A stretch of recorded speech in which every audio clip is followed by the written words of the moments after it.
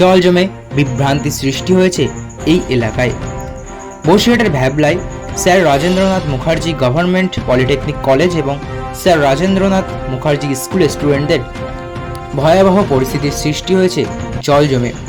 ছবিতে দেখতে পাচ্ছেন পাশেই স্কুল এবং তার যেখানে জল জমে আছে সেটি একটি মেন রোড, যেটি সোজা চলে গিয়েছে দূরে কলেজের দিকে, স্যার রাজেন্দ্রনাথ মুখার্জি কলেজ, এবং পাশে ডান সাইডে বড় মাঠ যেখানে জমে গিয়েছে হাঁটু সমান জল।